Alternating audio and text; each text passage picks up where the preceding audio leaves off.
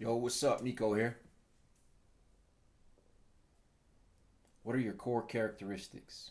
Your non negotiable rules? Do you just let anybody around you? Or are you qualifying who comes in and out of your life?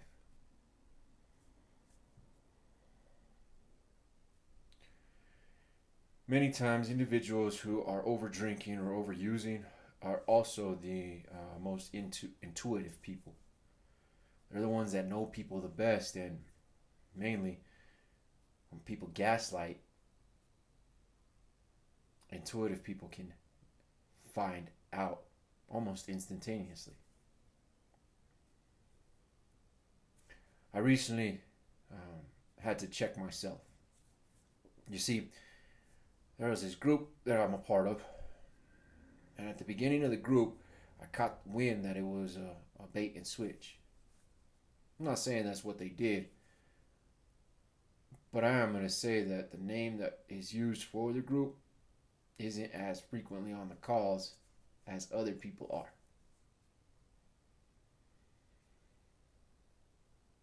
I'll let them give me their spiel as to why not and whatnot. But I found it interesting that even now, it's about 2 years later, that gut feeling is back up saying, hey, you're right.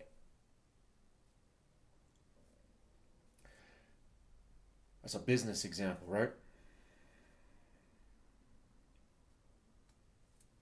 Here's a personal example from my own relationships. Hear me out on this one. We live in America and we have equal opportunity. I was seeing this girl and she was testing to see how much she could get away with me, right? One of the ways that she would test me is ask me to purchase things for her. When we first started dating, I was like, nah, I'll buy food. But if you want some of those other things, you got to pay for them. And you want them. If it's a gift for a holiday or a birthday or just because I care, then yeah. Because one of my love languages is giving gifts. But you're not going to ask me to buy you a new car, buy you a new TV, pay for your nails to get done all the time. Like, some men might want to do that. And don't get me wrong, I have no problem in helping out. But in this one specific situation, beginning of our relationship, she had asked me to help her out in getting a new whip. And I was like, nah, I'm not co-signing on a car. I'm not I'm not putting my name on that stuff. First of all, we're not married. So let's put our name on some other documents before we start putting our name on car notes, bank accounts. She wasn't down for those other documents, so for me that was a huge indicator. She does this a lot. It's one of her tests. She's a great manipulator.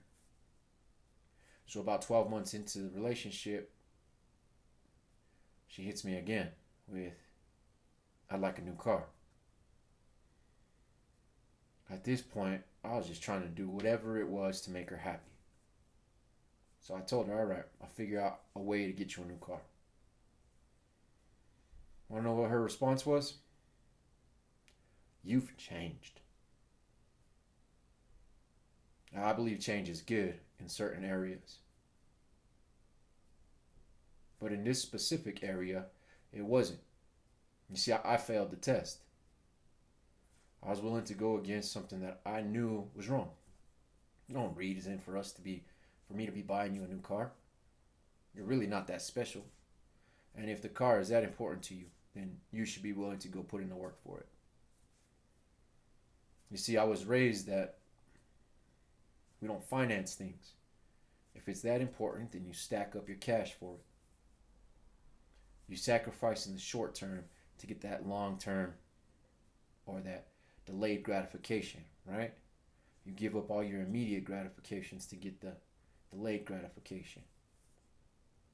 So I applied that in relationships too.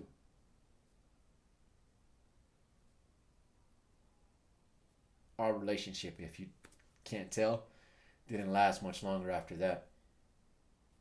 See, I was pissed off because I couldn't understand why somebody would ask me to do something that they didn't want me to do. It was a test. I failed, and I suffered the consequences from it.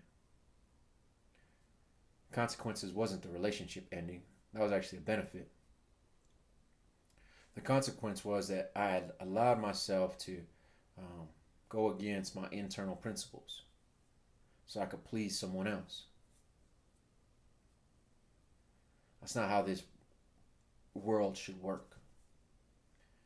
If individuals are telling you that your intuitive nature is incorrect, it's a red flag.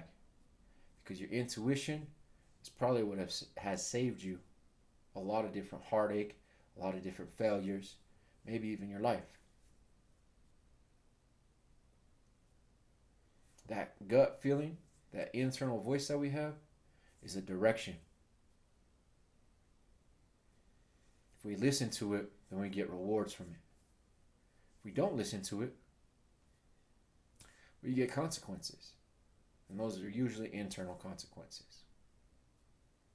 You see, it took me a little bit, actually a lot of bit of time, to get back to a place that I was secure in following my principles, secure in trusting that intuitive nature that I have.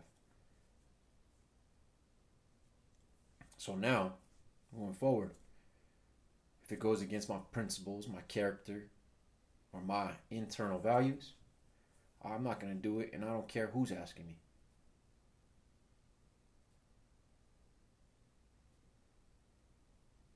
So, again, I ask, what are your morals? What are your principles? Are you going to trust that intuitive nature that you've been gifted? Or are you going to let these lames gaslight you, manipulate you, and use you?